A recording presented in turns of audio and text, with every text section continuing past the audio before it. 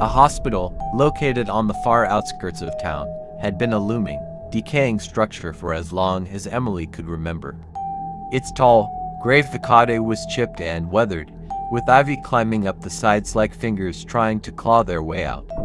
Despite its aging appearance, it was a fully operational facility. But there was something about it that people avoided. No one ever talked about St. Mercy. It was almost like it didn't exist in the minds of the town's residents. Emily had read about its history, an old tuberculosis sanatorium turned modern hospital. Hundreds, if not thousands, of patients had passed through its halls over the decades. And many had never left. But she wasn't afraid of old stories. In fact, she found the challenge thrilling. She convinced herself it was just another hospital, another place filled with people needing help. The night she started, the air felt unusually heavy. Thick clouds hung low in the sky, pressing down like a weight. The moon, barely visible through the dense fog, offered little comfort as Emily approached the front entrance. The hospital loomed before her, dark and still, as if it was waiting for something or someone. She pushed through the heavy double doors and was greeted by the sound of a slow, rhythmic drip. The lights in the entrance hall flickered weakly, casting long shadows that danced across the floor. The receptionist, a tired-looking woman named Nora, sat behind the desk. Her eyes barely left her computer screen as she gave Emily a half-hearted greeting. "Welcome to St. Mercy. Hope you like it quiet," Nora muttered. Her voice sounded worn, like she'd been here far too long. "It's usually dead at night, no pun intended." Emily forced a smile, but something in Nora's tone unnerved her. There was a hollow quality to her words, as if she wasn't entirely present. Still, Emily shrugged it off. It was just another night, another hospital. The orientation was brief. Nora handed Emily a worn map of the hospital, pointing out the key locations. "Emergency rooms down that hall. ICU's on the second floor. Nurses' station is always staffed, but most of them stick to the lower floors unless they need to go up." Emily nodded as Nora continued to rattle off instructions, though the receptionist's eyes rarely met hers. After the tour, she led Emily to the doctor's lounge, a small, dingy room that smelled faintly of antiseptic and old coffee. "Here's where you'll spend most of your night if things are slow," Nora said with a weak smile. "Just stay out of the upper floors unless you absolutely need to go. They're mostly unused these days." Hospital cut back on staff. It's a budget thing. Emily raised an eyebrow. "Why? Seems like a big hospital for just a few staff." Nora's eyes flicked to the floor, some of the rooms. "Well, they're just not used anymore." "Not used," Emily pressed. "Like, out of commission." Nora hesitated, chewing her lip before muttering something like that. Before Emily could ask more, the phone at Nora's desk rang.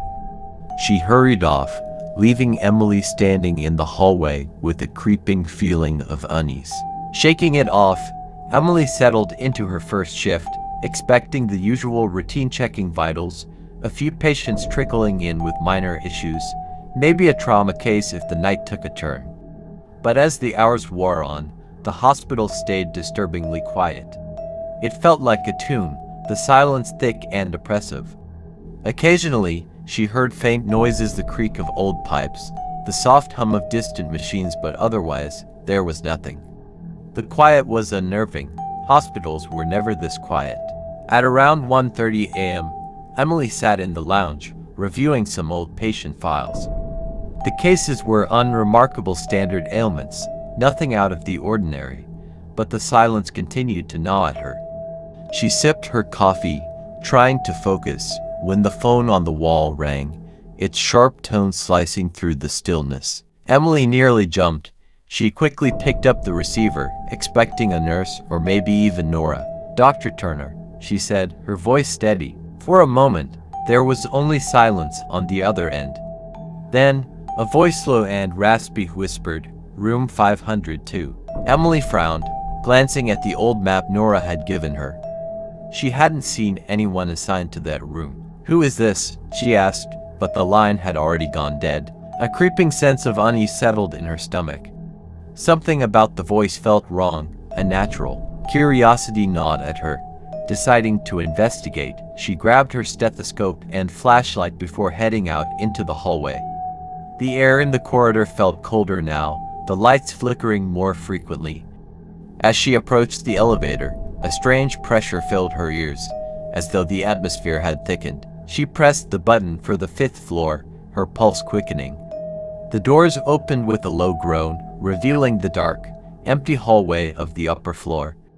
Unlike the lower levels, which were dimly lit, the 5th floor seemed almost abandoned. Only a few weak bulbs flickered in the distance, casting sporadic shadows across the cracked tile floor. Emily stepped off the elevator and immediately noticed the temperature drop. The air here was frigid, biting into her skin. A faint, musty odor hung in the air, mingling with the scent of old disinfectant and something else, something she couldn't quite place, but that filled her with a growing sense of dread. Room 502 was at the far end of the hall, its door slightly ajar. As she approached, the sound of her footsteps seemed to echo unnaturally loud, bouncing off the walls as though the hospital was swallowing the sound. Each step felt heavier than the last, reached the door and hesitated. Something deep inside her screamed not to go in. But Emily was a doctor, a professional, and she refused to let herself be swayed by irrational fears. Taking a deep breath, she pushed the door open. The room was dark, save for the faint glow of the flickering hallway light spilling in through the doorway. At first glance, it appeared empty. A standard hospital bed sat against the wall, its sheets neatly tucked in, as though waiting for a patient who never arrived. The window was cracked open slightly, letting in a cold breeze that made the curtains sway gently, like ghostly fingers beckoning her closer. Emily took a step inside, her heart pounding in her chest. She swept her flashlight across the room, scanning for any sign of someone having been there. But there was nothing. The room was utterly still, like a forgotten relic of the past. Then, she saw it. In the far corner, just barely visible in the dim light, was a mirror, a tall, old-fashioned mirror, its frame tarnished with age. The glass was cloudy, distorted, but as she approached, she realized with growing dread that it wasn't the glass that was wrong. It was the reflection. In the mirror, she saw herself standing in the room.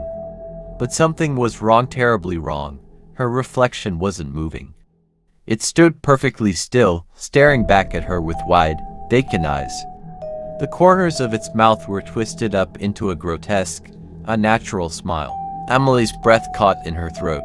She blinked, her heart hammering in her chest. When she opened her eyes again, the reflection was still there, smiling, watching. Then, slowly, her reflection raised one hand and pointed directly at her. A cold, paralyzing fear washed over her. She stumbled backward, her flashlight shaking in her hand.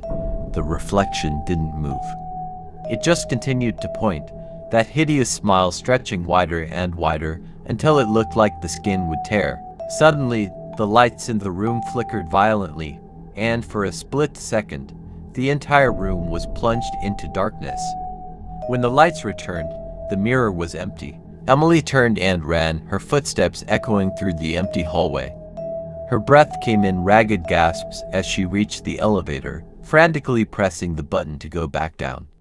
The doors slid open, and she threw herself inside, slamming the button for the ground floor.